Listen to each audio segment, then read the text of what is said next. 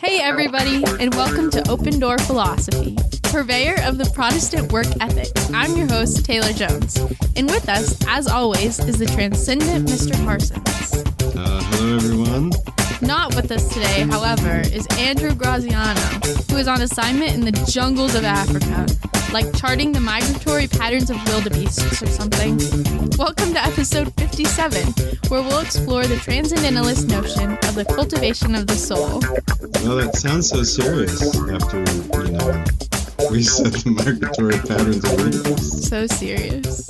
Yeah. Actually, congratulations to Andrew. He's not here because he's doing his official graduation from Rice this weekend. And that's huge. That's awesome. Yeah. Great for him. Very, very exciting. And then he'll be gone the next episode. We feel very sorry for him. He'll be in Spain and Italy. He's going to Spain? Oh, did you not know that? No, I knew he was traveling, Yeah. but I didn't say or hear him say he's going abroad. Spain and Italy. What a hard life. Oh. Actually, I have no idea what the reason is that he's going, but I'm sure that'd be really amazing. Anyway, hey, no Andrew the next couple episodes, so Nope. it's just Taylor and I. Yeah, just us. When Andrew's away, the Protestants come out to play. So here we go. Yeah. Well, Taylor, how's it going in your world? It's good. So busy. This next week is going to be really busy. We're recording this probably a while, so I'll be out when everybody hears this, but I'm about to go into my last week of class and then finals. So it's kind of the biggest week of the year, and I have a bunch of big assignments due, so I'm just kind of trying to mentally prepare for the craziness of the next week and a half. But other than that, really good. Excited to be out for summer. What about you, Mr. Parsons? Yeah, it's going to be nuts for you. We'll send up Protestant prayers for you, but not Catholic ones because they don't count.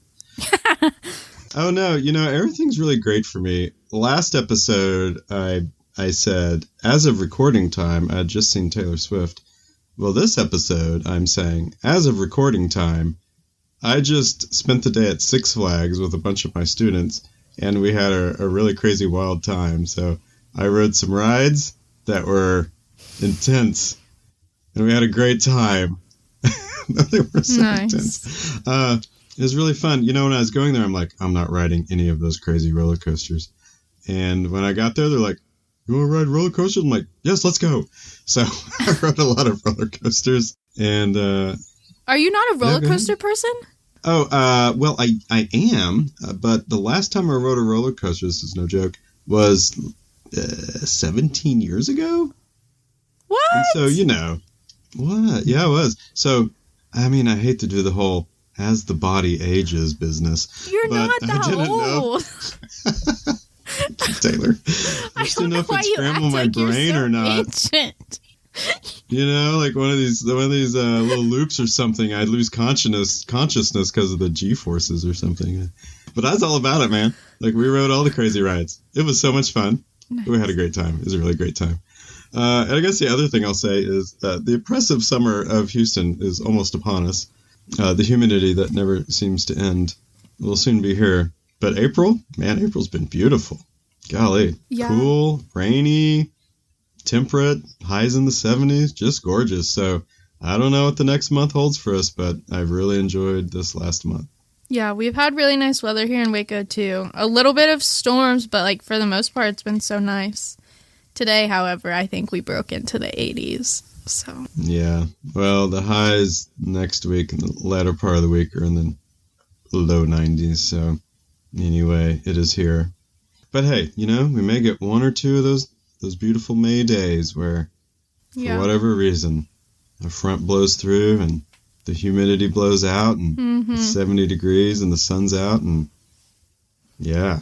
Hopefully. Anyway. I'm really hoping because I'll be home, so. Yeah, you will. So crazy. That's awesome. So I wanted to ask your opinion on something, just kind of get your thoughts on this. A little current event sort of business. And maybe it is philosophical. Yeah. But anyway, last week, Snapchat released an AI for their platform. And I want to read the official release from them. They say, today we're launching My AI, a new chatbot running the latest version of OpenAI's GPT which if anyone doesn't know, it stands for Generative Pre-trained Transformer. Sounds very technical. Technology that we've customized for Snapchat. My AI is available as an experimental feature for Snapchat Plus subscribers rolling out this week. And then I wondered if I was a Snapchat Plus subscriber, because that sounds more than Snapchat. Turns out pretty much anyone who has a Snapchat account is a Snapchat Plus subscriber. Yeah, I thought it was just for like the Snapchat Plus, but then everyone has it. So everyone has didn't it, understand. yeah. And you have to get Snapchat Plus to get rid of it, is what I've been hearing. It's hilarious. So they just want I activated mine. It came with the usual disclaimers like, hey, this AI has no idea what it's doing. It may say crazy things or whatever, but it also gave recommendations like help with birthday gifts or plan a hike or, quote, even write a haiku about cheese for your cheddar-obsessed pal, end quote. I don't know that's terribly helpful in my life. Thank God AI is here. But anyway, I don't know. I was just curious. What do you think about that? I think it's kind of creepy. I have not met a single person that actually likes it, but I have not updated my Snapchat to the current update, so I don't have this AI, and I am grateful because it just seems like a weird little thing, and you can't get rid of it, and it just, I don't know. It's so strange that it just is there now. And it's almost like trying to replace Siri or Google or Alexa or whatever with a Snapchat version, but we already have all of those. So I don't know. Right. Like, what is it doing that Siri can't already do for you or Alexa can't already do for you? That's a great question. You know, in this whole, I mean, I'm sure you've noticed the AI is just like the buzzword right now. Yeah. All the tech companies are all over it and everyone's just doing stuff with AI. It's everywhere. I do wonder, you know, from I guess epistemologically speaking, what do we think AI really means? Like, what does the tech industry mean when they say AI? What does the media mean when they say AI? And like, what do people like you and me, what do we think AI is when someone says like, oh, now you have a Snap AI? Yeah. I don't know. That's a good question. I don't think most people think of actual AI or think of AI as what it actually is. Like the automated intelligence that can actually learn and start generating its own information. We just kind of resort to, oh, it's just Siri. Because that's all we have to go off of in terms of any sort of digital intelligence. Yeah. Where do you think this is all going? Like, is anyone talking about it in your classes? Or No. Where do you think this whole AI business is going? I don't know. That's kind of scary because I feel like it could very easily get out of hand if people take it too far. But in some like practical ways like this, I don't really see the point of it. I get it if it's things like programming or I don't know. I'm not a programmer, so I don't know what the uses could be there, but I feel like professionally it could be helpful, but I don't see the real benefit of it for regular people in everyday life. Yeah, I just wonder what the point is of like adding it to Snapchat. Like, I don't know. I've used ChatGPT for, I mean, I'll be totally honest. I've used it for some research, for even some episodes, but I've used it for research on, for some topics for class. I've used it for explanations of things that I was reading in Kierkegaard's The Sickness Unto Death. Some of those chapters were hard to comprehend. Like, it's a really interesting tool to use, and I don't know. Like, I don't know how much you know about the tech industry, but man, they are dumping billions, all of them. Meta, Twitter, Microsoft, Apple. They're just dumping billions of dollars into this AI arms race that's happening now. And I don't know. It's just fascinating to see where it's going to go. I don't know that AI, like the purpose of AI, I mean, if it's to help me write a haiku about cheese for my cheddar-obsessed pal, I don't know that we're really utilizing the tool of AI. Right, you know, but I don't know. Well, I just thought it was funny that it popped up last week on something as widely used as Snapchat, as opposed to, you know, you have to go to some website for ChatGPT or something like that. Right, yeah. My guy's green. I haven't changed him. My AI guy. I haven't really asked him any important questions. Some people have been asking it about Taylor Swift, and it doesn't really know anything about Taylor Swift, just her most popular songs. And it tells them it's not a Swiftie. Oh, what a nerd. We did, when we were bored standing in line for rides yesterday, we did ask the Snapchat AI how to explain certain philosophical topics with just emojis.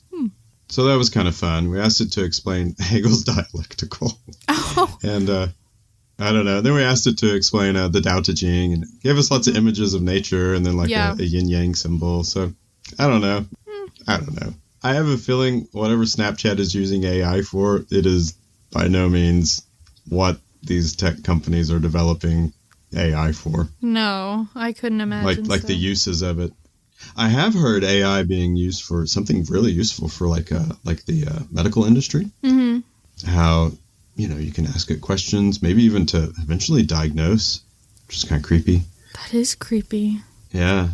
But that's one of the things people have been concerned about with like ChatGPT is people are asking like, oh, hey, my blood pressure is this and my heart is thumping hard. What does that mean?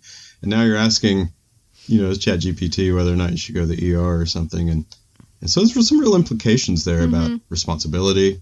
Yeah, and like how far human qualities go in discerning medical things. Because I feel like a lot of medicine needs humanity, and you need a person to be interpreting things, and you can't just plug things into a machine because so many conditions and disorders and diseases have the same symptoms. So you have to be able to know how to look for other things that I don't know that AI could do. I guess if it's really advanced, it could, but... Yeah, you think about medicine and its sort of deductive nature. You go to the doctor and something's wrong with you and they start asking you questions and based on that information you arrive at a conclusion. I mean, you might think like, well, okay, just some really powerful AI might be able to do that. But yeah, there seems to be like there would be something to the human touch. Yeah. I can't quite put a finger on, but I mean, the implications are huge. It should be really fascinating. I don't think the Snap AI or ChatGPT or any of the other things. I think the Google one is called Bard, which of course I like because it's a Shakespeare allusion. But I don't think these things, 5 years from now are even going to look like what they are right now. Yeah. It's kind of like whatever came before MySpace is what ChatGPT is right now, as far as development and technology. So, be interesting to see how it progresses. Yeah, that will be interesting to see. Well, guys, before we get into the show, I do want to offer a little embarrassing correction. In our previous episode, we were talking about Kierkegaard and relating as Andrew, Taylor, and I were together with the power of our three brains, patchworking together the story of Lazarus. Mm-hmm. We said that Mary was Lazarus's wife, and that is very wrong. Mary is Lazarus's sister. So Mary and Martha. Lazarus was the brother of Mary and Martha. Mary, of course, was Jesus Christ's mother. So anyway, basically Jesus showed up to raise Uncle Lazarus from the dead. So what a good family reunion time. Not Mary's husband. Was that Mary the same Mary of Jesus' mother? Because I know there's two. There's his mother and there's a different Mary. No, don't bring me down that road. I don't know. I didn't look it up. Mary. I don't think it's Mary Magdalene. All right, I'm going to Google it. Hang on. I should ask ChatGPT. Wait, Snapchat. I thought it was the other Mary. Because she's the same one. I think that they go to the temple or to the tomb and they see that Jesus is not there. I thought that was the same Mary that does both those things. Oh, no. According to Baylor University, actually, is the first search result. It's kind of interesting. Subsequently, the legend of Mary Magdalene, the sister of Martha and Lazarus. Well, there you go. Sycambears. Sycambears, as a beautiful, vain, and lustful woman, saved from a life of sin by her devotion to Jesus, became a dominant in Western Catholic Christianity. Although the Eastern Orthodox Church continues to regard Mary Magdalene and Mary of Bethany. Oh, that's where it stops. I gotta click on the link. Oh, it's a whole article. Anyway. Okay, well, not Mary, the mother of Jesus. Mary Magdalene, who had a sister named Martha, who had a brother named Lazarus. So, not Uncle Lazarus for Jesus. Somebody's uncle, I'm sure. Somebody's uncle. Oh, goodness. Oh, boy. Corrections upon corrections. Hey, let's get to the show. Yeah.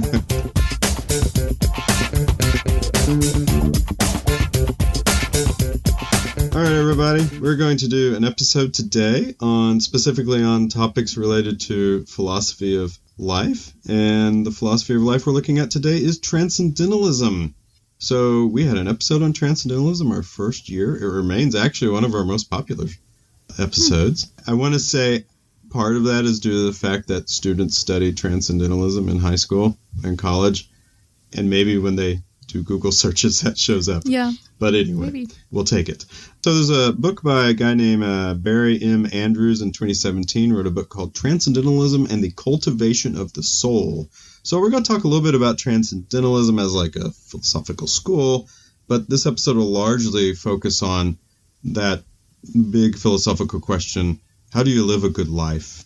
And that's what they mean by cultivation of the soul, which is very transcendentalist language. But before we get going, Taylor, what do you think? What do you think achieving the good life really entails? And for you, or just philosophically, it's a term we throw around a lot in philosophy, but you know what? What's wrapped up in that for you? We're starting with easy questions today.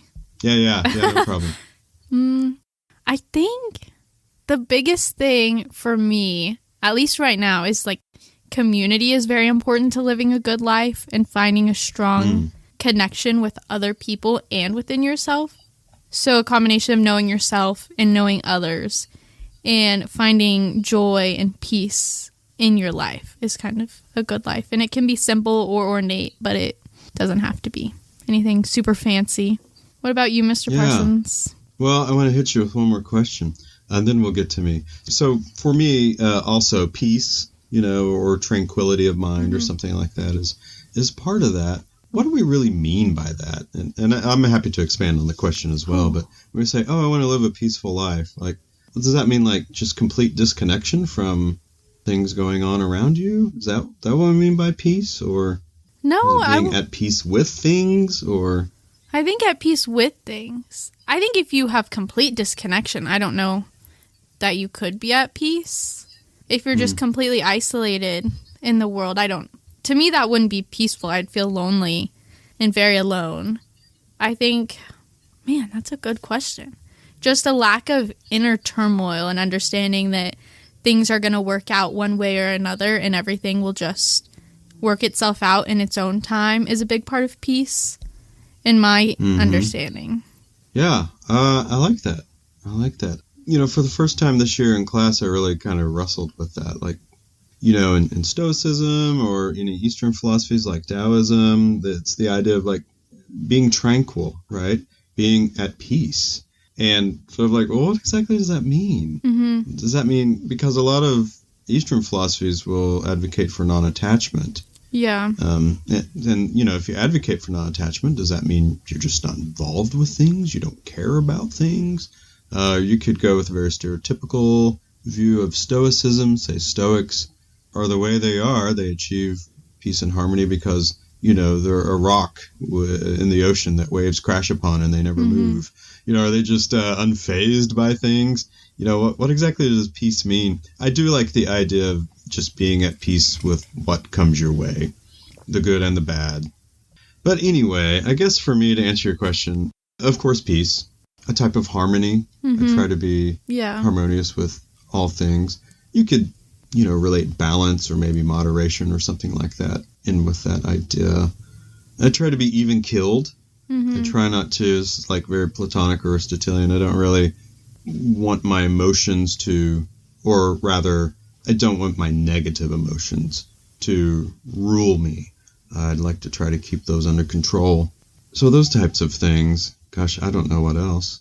I do look to the Greek virtues as good virtues to live by. And so I do, from time to time, ask myself, have I treated this person justly? Am I acting in moderate, or are my actions moderate? So I do think of some of those from time to time as well. Well, that brings me to my next question. So these sound like, fantastic goals and a great way to live our lives. But how do we instill that in our lives? So whether it's religion, whether it's philosophy, all these encompass practices. And I think it wasn't too long ago we talked about practices in our philosophy of religion episodes. We talked about practices with, they came up with Kierkegaard in the previous episode as well. So Are there any practices that you do in your own life that helps cultivate a good life? I think this is probably where I could be better. This is definitely an area of improvement for me. Just because being in college, you get so swept up in assignments and homework and, oh, I have to do this and that, and trying to maintain all the relationships when you don't see people all the time. And that just gets hard. So you kind of get just all caught up in everything. But I think some important things to me are trying to make sure I'm reading often outside of academic work, just because it just gets dry. And as much as I love reading philosophy and reading about politics and theories and international studies, you can only read so much academic content and do so much work before your brain just kind of starts to burn out on you, and then you can't be living a good life if you're burnt out. So just finding ways that I can do things just for myself. So like reading or hanging out with my friends and doing things that aren't studying or homework is really important. And trying to get off of the college campus and going somewhere else, even if it's just to a coffee shop, and like finding joy in little moments, I think is a big thing too. That's great. A lot of that echoes some transcendentalist practices, actually. Yeah, getting out, getting away. Community is very important. Yeah, I think that's great. How do you think that you can achieve your goals of living a good life? Well, you know, I don't know how it is for people who listen to our podcast. I hope people don't listen to us and think like, oh, these people have it figured out. I do not have it figured out, you know? We don't. No. I try. Some of the things I do is I journal a lot. I journal an awful lot. I could do it more. You know, the Stoics are like, journal in the morning or journal in the evening before you go to bed. Reflect on your day or reflect on the day that's coming. I by no means do that every day. I do it maybe once or twice a week.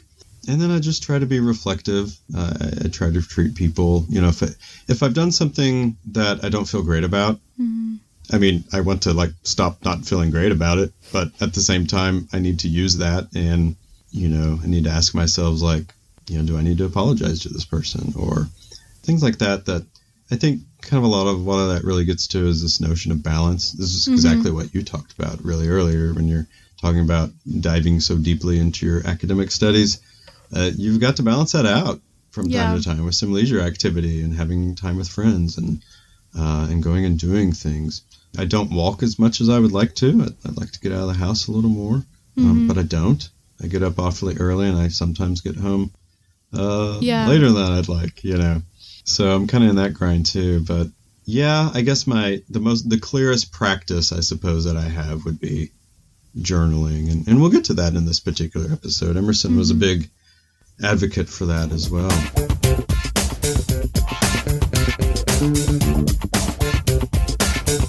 Well, Taylor, we're going to talk a lot about the cultivation of the soul. Sounds so high and mighty about Transcendentalists, but we did it, like I said, we did an episode on Transcendentalism 2 years ago, but let's do a quick little review. What exactly is Transcendentalism? Transcendentalism first was a reaction to the Enlightenment and the rise of scientific rationalism in America. And one thing I find really interesting is it's the first time we're really seeing a distinctly American school of philosophy or train of philosophical thought. And they're kind of pushing against all of the like hyper-rationality that's brought on by the Enlightenment and the scientific revolution. And you're really seeing that in Europe and Great Britain, where things are really rational. And then you get this really drastic shift where Emerson and Thoreau and all of these people are focusing or refocusing back on nature and the human soul and the way that the soul experiences life and what should the soul do. They basically emphasize reconnecting with nature and being one with nature. And it's a big reclamation of spiritual and moral purpose in life. So they're rejecting dogma and getting too caught up in this and that and being connected to something specifically and evaluating traditions, emphasizing direct experience. So the individual is really, really important here, which I think is cool. Yeah, it's such a uniquely American. Well, I'd like to, say it's such a uniquely American thing. So just a crossover with the previous episode, Ralph Waldo Emerson, who was kind of the first, well, I don't know if he's the first, there were others who were writing at his time. Collectively, they were Transcendentalists, but he comes before, the generation before Henry David Thoreau. But Emerson was writing the same time that Kierkegaard was writing, who we covered in the previous episode. And you think about the emphasis that Kierkegaard had on individual experience, subjective experience, all of that. And here we're kind of reading the same thing in the United States with Emerson and the Transcendentalists. I find that fascinating. Yeah, but the approach is so different because Kierkegaard is hyper-rational and he reasons through everything. But then you see Emerson take such a free-flowing approach to nature and just experiencing nature and walking and recording observations. That's so interesting. It is interesting, isn't it? Yeah, Emerson's writing is just so, it's just so elevated. And when I mean elevated, I don't mean like necessarily academically, but in terms of its content and how it's written. Yeah. He was trying to explain the transcendent through using human language, which he admitted is impossible, but it's so lofty, you're just floating the clouds with Emerson. It's great. Yeah. So anyway, uniquely American, whether it is or not, we'll leave it up to the experts. But it really began around 1830. So as far as American history goes, we're 50 years past the establishment of the United States. And like you said, Taylor, a lot of that generation that came from the American Revolution were still very European in many ways and had European thoughts. And a lot of the religions we had in the United States were what we refer to these days as old world religions. They came from Europe. And a lot of them were still largely British in many ways, even though, we had established this new country.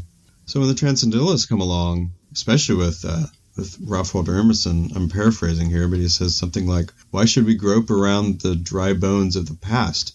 There's a new day before us. There's new flax in the field. There's new traditions. We should be able to establish our own. And so it's really an attempt to separate themselves from European thought and establish something that is uniquely American. And it was widely successful. It's a very New England movement, but it ends up influencing a lot of American thought and literature. Even the other great American tradition, which is probably philosophical tradition, which is probably better grappled with philosophers globally, would be that of pragmatism, which William James was kind of one of the first pragmatists. His dad knew Emerson and Henry David Thoreau. So there's some heritage here that kind of links all those together.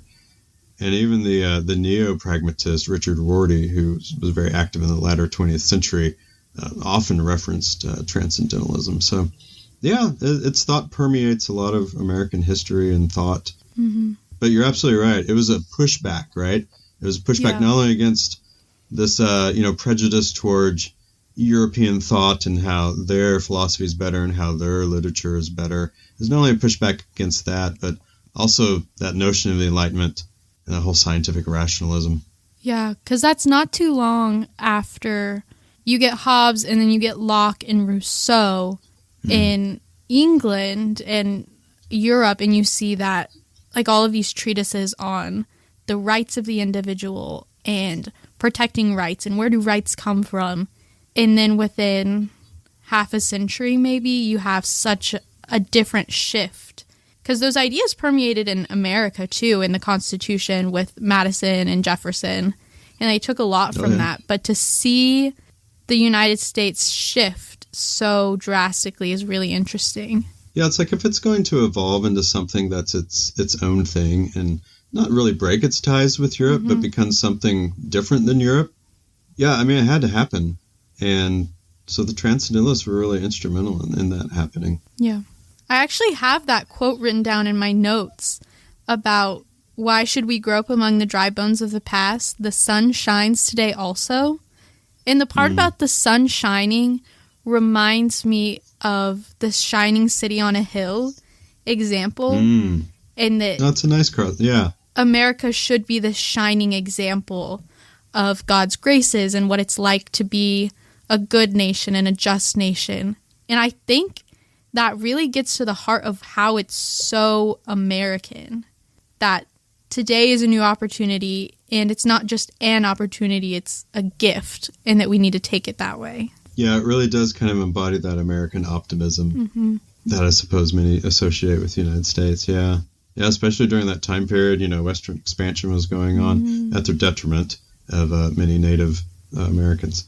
But it seemed like the world was just open before everyone, and they're just casting off the shackles of Europe and European thought. But again, a lot of that, you mentioned the sun shines, and you mentioned nature.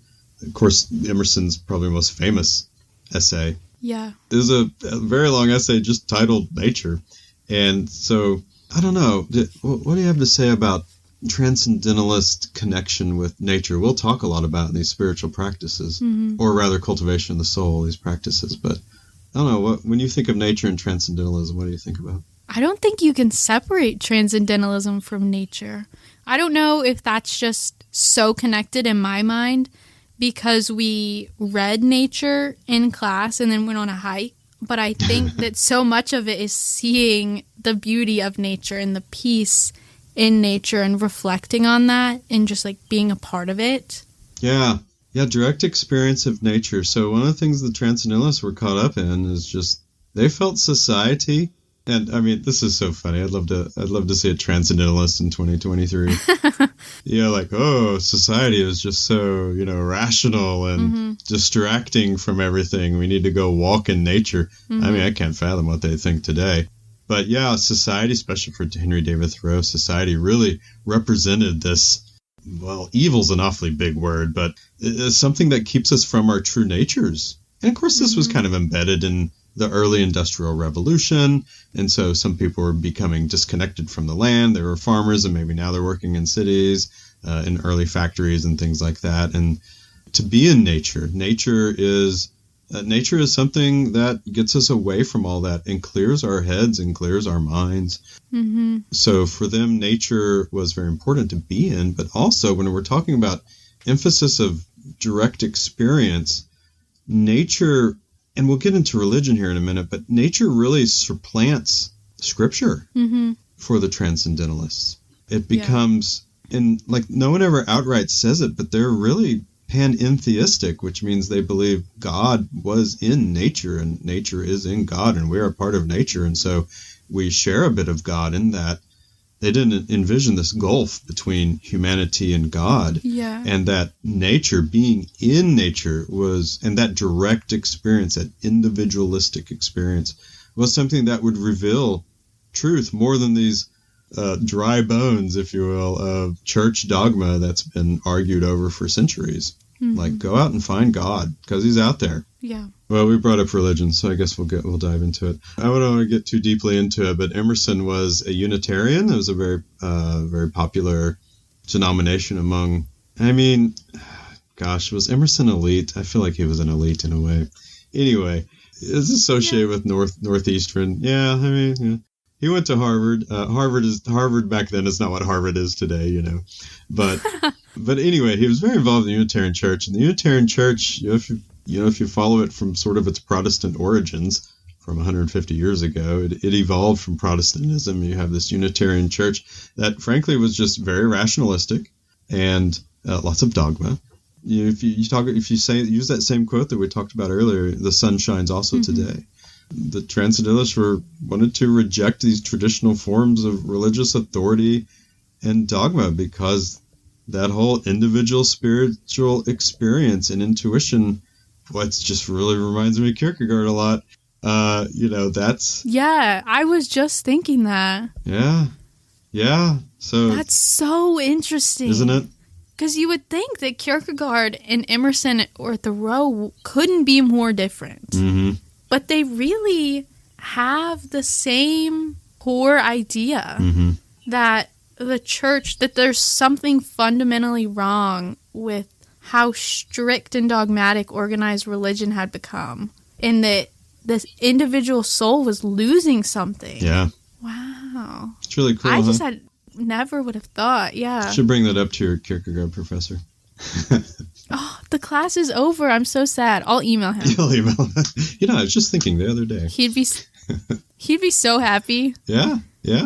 That's great. I'm sure he would. Here's a quote from Andrews, who wrote this book. He says, God came to be viewed as a force of power immanent in nature, including human nature, and not as a supernatural being entirely separate from it. At the same time, nature took the place of the Bible as a source of revelation. The Transcendentalists believed all of creation was a manifestation of the divine. And when we say that, that's what I mean by panentheism, which, a manifestation of the divine. I think that reverence kind of gets to the core of where in the Bible it talks about how God made everything in his image. So if you're looking for God in the divine in everything around you, you're gonna see it. Yeah, so that reminds me of a quote from the Bhagavad Gita. So it says, just as a reservoir is of little use when the whole countryside is flooded, scriptures are of little use to the illuminated man or woman who sees the Lord everywhere. Huh, that's so interesting. That sounds like something that could almost come out of Proverbs or one of the more mystic books of the Bible. Mm-hmm. That's so interesting. Yeah, a lot of religions have this branch where, if you want to know God, go out and find him because he's everywhere. Yeah. Instead of some distant deity that's beyond this gulf. Yeah. Yeah. Huh. All right. I feel like I've blown your mind tonight. My mind has been blown. I feel like it's been opened. That's good. That's good.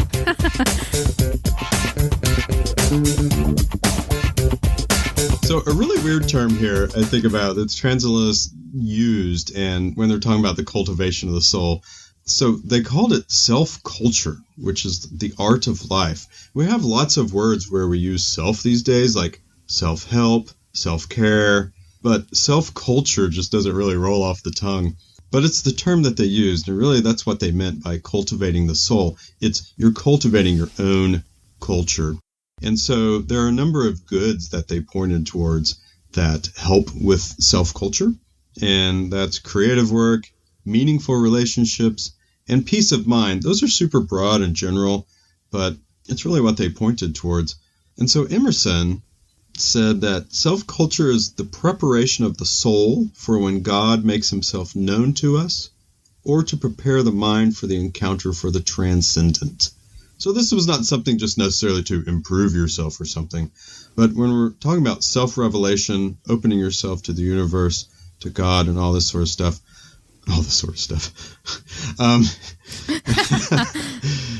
self-culture is preparing yourself for the moment, right? Preparing yourself for the moment when you encounter God and or encounter the transcendent.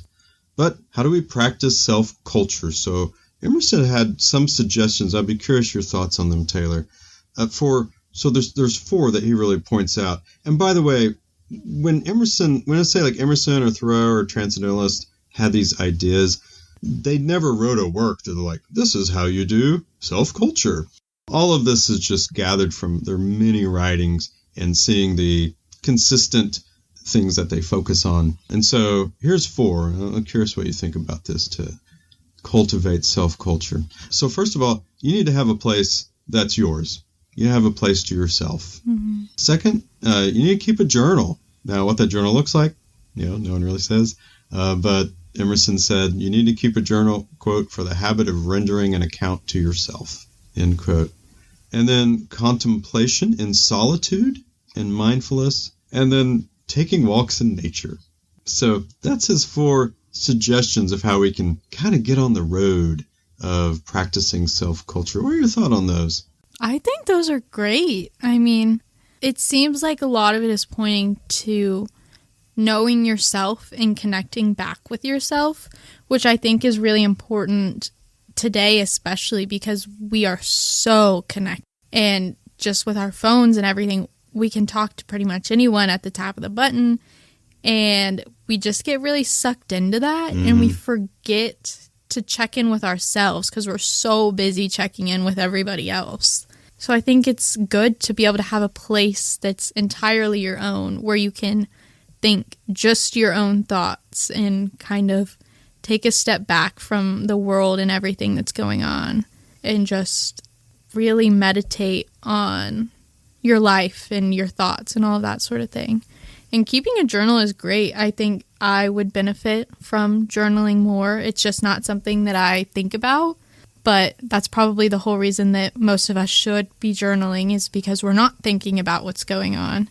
And it can really help, like when I do write out my thoughts, it helps me to articulate exactly how I'm feeling and kind of work through the feelings that seem very complicated in the moment and realize, oh, okay, this really is not as big of a mountain as I thought it was. And it's just a matter of decompressing from everything that's going on. Yeah, I think journaling's so good and so hard. Mm-hmm. You know, the time you should journal is exactly the time you don't feel like journaling. Right, yeah. Yeah, and I love his quote, for the habit of rendering an account to yourself. It's like you said, we get swept in our minds. Like we enter these thought vortexes and we can't escape them. And it becomes so difficult for us to really have a clear understanding of what's going on, because the thoughts in our head just keep swirling around. And rendering an account to ourselves is just so great in terms of being able to write what you're actually thinking and revisit that thing. Like as you write it, it becomes manifest in the world. You know, it's not just that thought swirling in your brain anymore. I don't know. I just think that's really helpful. And I suppose to like cultivate those kind of thoughts, things like walking in nature, contemplation and solitude. I mean, maybe sometimes if you're in a really bad thought spiral, you shouldn't be in solitude. I have a quote from nature that reminds me a lot of a quote from Meditations that I found, for the most part. Meditations by Marcus Aurelius. Yeah. Yes. So to go back to nature, I was looking at my notes and I found one quote that we had talked about this in class, actually, that we all really liked. And it reminded me of a quote that I brought up a couple weeks ago when we were talking about Meditations by Marcus Aurelius. So the Emerson quote is, "But if a man would be alone, let him look at the stars," and about finding company and companionship in nature. And then the Aurelius quote from Meditations is, "Watch the stars in their courses and imagine yourself running alongside them. Think constantly on the changes of the elements into each other, for such thoughts wash away the dust of earthly life." Yeah. And I think that's really kind of profound to think about how in moments of uncertainty or loneliness that not only should we look at the stars, but we also have an inclination to, that we feel very drawn to look up at the stars for whatever reason, and we feel like they're kind of guiding us in a way or showing us a view of something that's bigger than ourselves, and we have a lot of hope in that, which I really like. Yeah, I love that. That's such a good quote, or a combination of quotes. I think, you know, in our Western tradition, we largely view nature as something separate from ourselves or separate from humanity. And there's all kinds of reasons for that, and I won't go into them right now. But to remember that as we're walking in nature and as we're looking at the stars, that we are a part of that too. You know, you can view it as something separate from ourselves, but I think that we are organic creatures just as any other organic creature, and we are a part of all that as well. And the Stoics saw themselves as, like, they saw nature as being a part of a community. When you're out walking, you know, in the woods and looking at the stars, you're among family.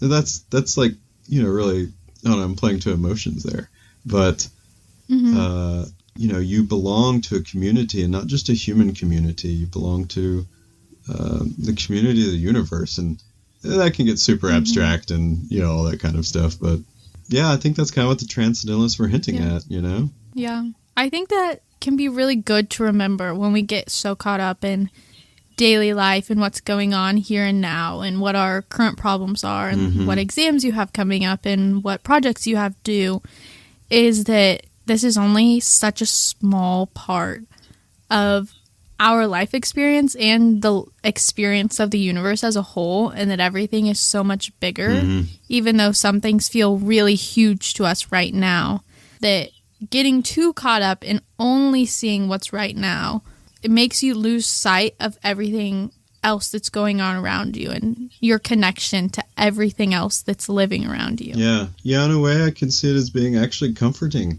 that you're not really this alienated person, but that not only do you have community with other people, which of course is always a very important thing to remember because you do, but that also you have community with everything that's around you. It's all a part. It's all a part of one. Now I've made a philosophical claim. Okay. That's great. I love those quotes. Thank you. Let's look at some... This is what happens when Andrew's not here. I know. We get all wishy-washy without him. Oh, goodness. That's great. Andrew, we need Andrew to bring us back down. Yeah. You know, we're all... Our rationalist skeptic. I know, we're floating around here in the world of forms. I know. Well, okay, so let me run through some of these real quick. Prerequisites for a spiritual life.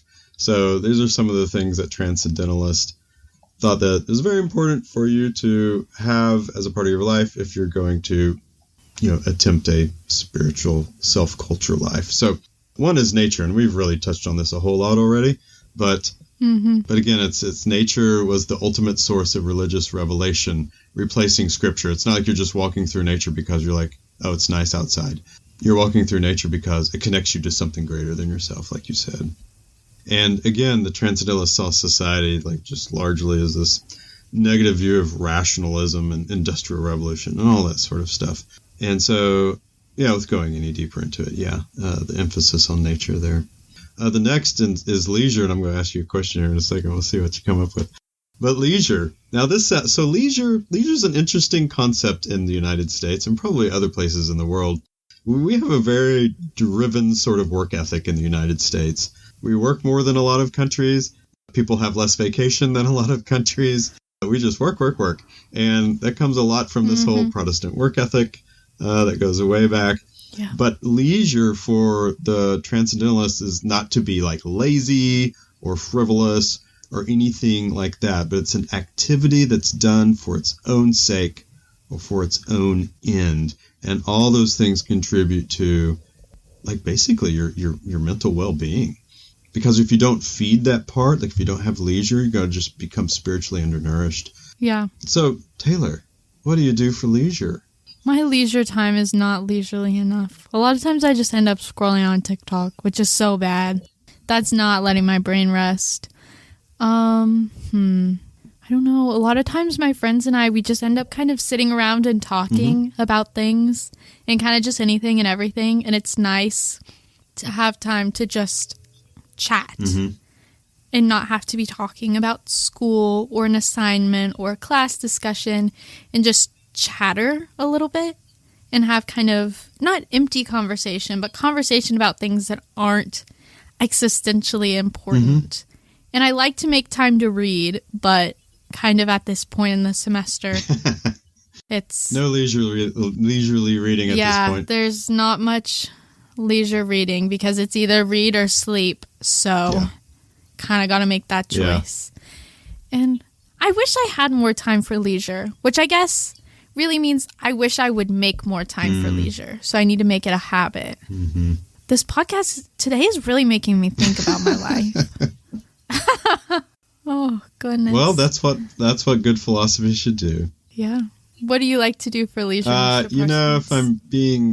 If I'm using leisurely properly, I'm doing things like going for walks. We have a nice neighborhood to walk in. I try to do that a couple times a week.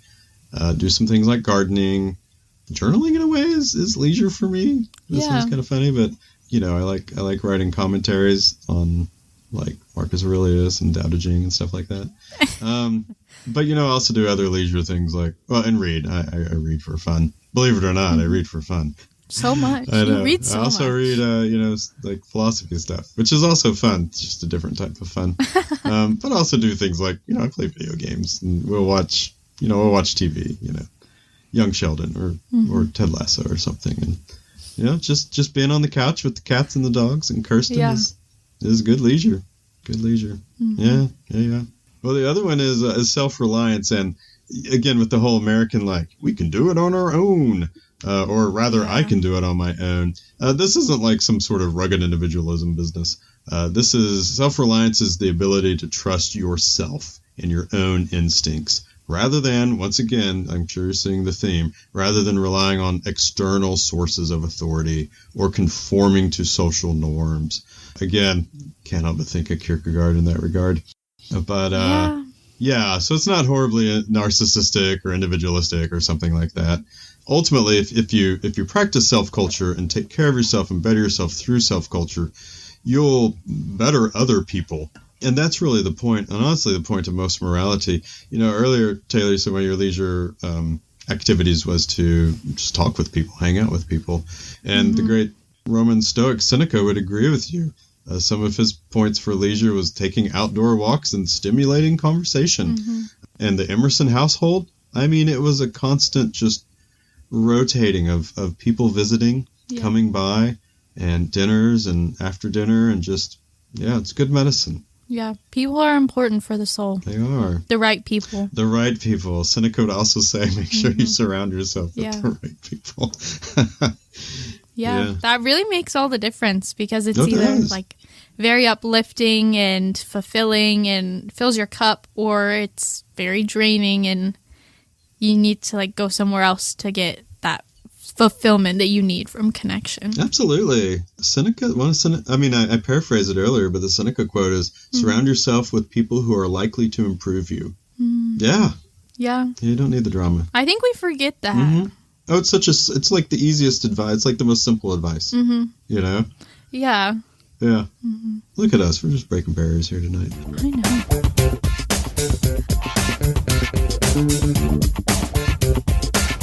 Okay, so other spiritual practices. There are many of them, so we're going to go through these somewhat quickly. Off mic, Taylor and I were like, this should be like a 2 or 3 episode series. Okay, so one of the spiritual practices is solitude, and we've talked about that again, or rather we talked about that earlier. Johann Georg Zimmermann was a 19th century Swiss philosopher and author of a book called Solitude. And it's one of the few books that Henry David Thoreau actually owned, and probably very much so influenced him.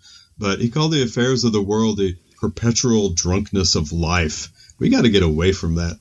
And his quote is that society is the school of wisdom and solitude the temple of virtue. In the one, we learn the art of living with comfort among our fellow creatures, and in the other, of living with quietude by ourselves. That doesn't mean that solitude, though, necessarily has to be, out in nature or something. You can find solitude, in all kinds of places. Emerson was very famous for his study at home was just his place of solitude. Of course, Henry David Thoreau is very famous for his Walden experiment. But I also think, this is kind of corny, I also think of Superman. He had a place way up north somewhere where it was cold, where his culture was preserved, and he would go there from time to time, and it was called his Fortress of Solitude. Yeah. So we also have a quote from Henry David Thoreau on solitude, and he says, "This is a delicious evening, when the whole body is one sense. It imbibes delight through every pore. I go and come with a strange liberty in nature, a part of herself. As I walk along the stony shore of the pond in my shirt sleeves, though it is cool as well as cloudy and windy, and I see nothing special to attract me, all the elements are unusually congenial to me. The bullfrogs trump to usher in the night, and the note of the whippoorwill is borne on the rippling wind from over the water. Sympathy with the fluttering alder and poplar leaves almost takes away my breath. Yet, like the lake, my serenity is rippled but not ruffled. These small waves raised by the evening wind are as remote from the storm as the smooth reflecting surface." And here's what I love about the Transcendentalists. Thoreau's great, Emerson's more my favorite, but they're both absolutely wonderful. Their writing's inspiring to me. I feel the passion in it. And I'm like, that's something that I want to go out and grab for myself as well. And I think sometimes we forget that with philosophy is like, we need to be inspired by it as well. And, dry treatises are great and everything. And they're important, like that's a very important part of philosophy. Sometimes we also need to be energized and inspired. And when I read Emerson and Thoreau, I'm just like, man, there's more to this life that I'm doing right now, and I can get better at it. Yeah, that's a beautiful passage. Yeah, and just seeing the beauty in something that's an otherwise average day, and just recognizing that there is something so profound and uniquely beautiful about the way that things are right here, right now. And it doesn't need to be anything extravagant or extraordinary to be beautiful. Mm-hmm. Yeah. Yeah. The next one I have is contemplation. And of course, when you're in solitude, it really allows yourself to contemplate about things. So contemplation, not necessarily like as far as like, a mental prayer, but more in the classical sense of, again, that direct experience trying to discern truth or reality from your perception. So here's a lovely quote, talk about more inspiration from Ralph Waldo Emerson. The simple habit of sitting alone occasionally to explore what facts of moment lie in the memory may have the effect in some more favored hour to open to the student the kingdom of spiritual nature. He may become aware that all around him roll new at this moment and inexhaustible the waters of life, that the world he has lived in so heedless, so gross, so is illuminated with meaning, that every fact is magical, every atom alive, and he is the heir of it all. You're the heir of it all, wow. Taylor. Yeah. Wow. I don't know how to even elaborate on that because speechless. Yeah. So the next one is sauntering, which is a funny word. It's not a word we really use today. But saunter, Henry David Thoreau specifically wrote about sauntering in his essay Walking. And it's a type of walking. So this is a transcendentalist for you. We're going to break down types of walking. But sauntering is very different from walking. It's more purposeless. You might have a destination, you might not have a destination. Thoreau is ridiculous. He said I'm paraphrasing from Walking, but he says like, I just can't make it through the day if I don't walk at least 4 hours a day. And I'm like, hey, HDT, we don't have time to walk 4 hours into daily life. Isn't he the same person that said there's no problem in life you can't walk away from if you just walk long enough? Oh, you're going to love this. That's actually Kierkegaard. No. Oh! Those connections just keep happening. That's really crazy. Yeah. Did they know each other? Or no? I don't know. I don't think so. Isolated? Like, they were so contemporaries, and I don't know that there would have been a lot of Danish translated into English for people in America to pick up. Henry David Thoreau and Ralph Waldo Emerson write a lot about what they're reading contemporarily, but it's mostly American stuff. And yeah, so I don't know the exact answer to that question, but I've read a biography on Emerson. It doesn't strike anything in my mind. Huh. But yeah. That's so perplexing. Yeah. Well, here's this next one. This is also, I love that in the 1840s or whatever, they were worried about living simply. Yeah. I mean, like, if we lived in 1840, we were like, oh my gosh, this is beyond simple. This is barbaric. Right. But living simply was a big part of this spiritual practice, self-culture as well. So plain living and high thinking. And again, not an arrogant way, not an egotistical academic way as far as high thinking, but like you hear this lofty language these transcendentalists are using. It's like to focus on those things. So they did see wealth as a hindrance and not necessarily an aid to self-culture, which is a little ironic because Emerson, well, they weren't wealthy. I wouldn't say they're wealthy. I know a lot of his, some of his later tour circuits that he would do, lecture circuits, were to help pay the bills. Like part of it was to help pay the bills. But anyway, this is not a new problem. Still a problem today. We face the challenge that the transcendentalists face, right? Which is to live simply, live graciously, without excess dependency, money. You can tie in the virtue of moderation with all of that. You think we can make it out of all that? This 2023? What does it mean to live simply in 2023? I don't even know. Is that possible? I guess you'd have to define what simply means. We could sure unplug from a lot of things more. You could. Yeah. I think about unplugging from things like social media and like Snapchat and TikTok and Instagram just because they're so annoying. And it's just like always there's something to look at. But then I think about how many people I would lose contact with if I deleted Snapchat alone. Which is hard because how can you get rid of all these distractions if at the same time that's losing connections, because that's the way that it's easiest to at least see what's going on in somebody's life, even if you're not always talking to them. Yeah, totally. Yeah, it's a great point. I know I have former students on Facebook from particular groups, and then when students aged out of Facebook, when that became not cool anymore, my students were on Instagram, so then I know students from Instagram, and then Snapchat was cool, and now I have former students on Snapchat. It's like I have 3 generations of technology, 3 generations of social media that I have former students on, and if I stop being there, accessing those from time to time, I lose my contacts. My family's all over Facebook, of course. Yeah. I don't want to see most of what they say. But, there's those family members that are a little too active. Oh my gosh. Let's move on. So there's a couple others, and we don't have time to get into them, guys. I'm so sorry. 3 other ones I want to point out is reading. Reading is important. The Stoics say it as well. Like, guys, you got to read. You got to engage with the stuff. We've echoed that in other podcasts as well. So Transcendentalists are all about it as well. Conversation, we've talked about that a lot tonight, being connected with people and having conversation with people. And the last one is, again, we've touched on it, is journal writing. So all of these combined, reading, conversation, journal writing, simple living, sauntering, contemplation, and solitude. All of these are important as spiritual practices to increase self-culture, as they called it.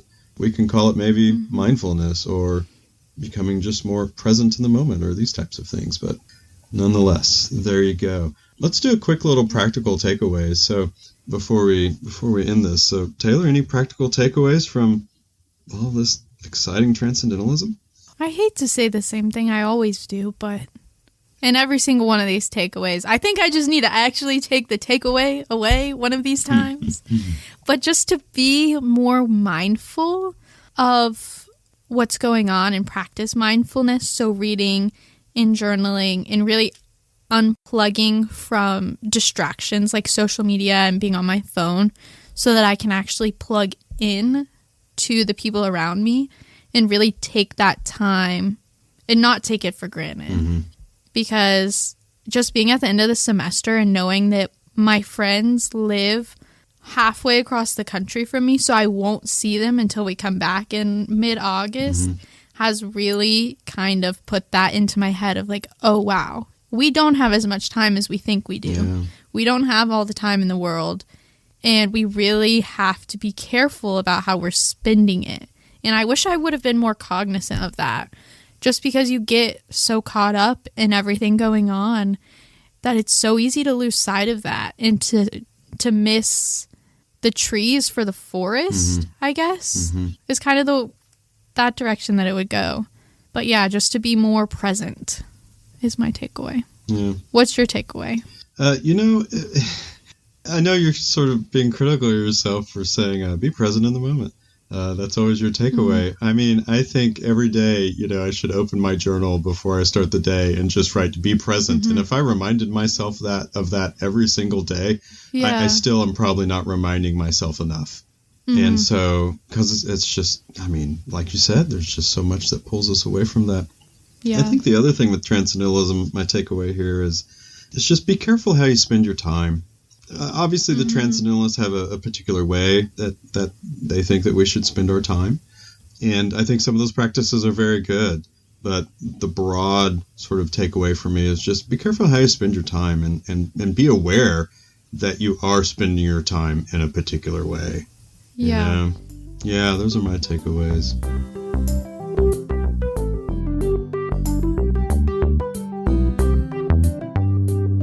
Okay, everybody. Well, thanks so much for tuning in. We had a great time talking about some of our faves, at least mine and Taylor's faves, Henry David Thoreau, Ralph Waldo Emerson, and the Transcendentalists. We really appreciate you tuning in. We would love to hear from you on all of our social medias at Open Door Philosophy or at our email at contact@opendoorphilosophy.com. And if you would head over to our YouTube, Andrew is also posting our catalog of episodes and trying to get our new episodes up on YouTube if that's how you would prefer to listen to our podcast. But yeah, we would love to hear from you with feedback or any ideas or things that you would love to hear us talk about. We're everywhere. And we'd love to thank a good old Kevin MacLeod episode, as Andrew always says, is groovy music, and it is very groovy. It's fun music. So he's actually really in a lot of places on the internet if you look for him. He has a lot of music credits in all kinds of places. So anyway, thanks to Kevin McClure for the free use of his music. And, well, hey, that's it, Taylor. It's on to finals. Yeah, that's it. Yeah. All right. Well, remember, whenever your life is in need of some philosophy, the door is always open. Bye, guys. Bye.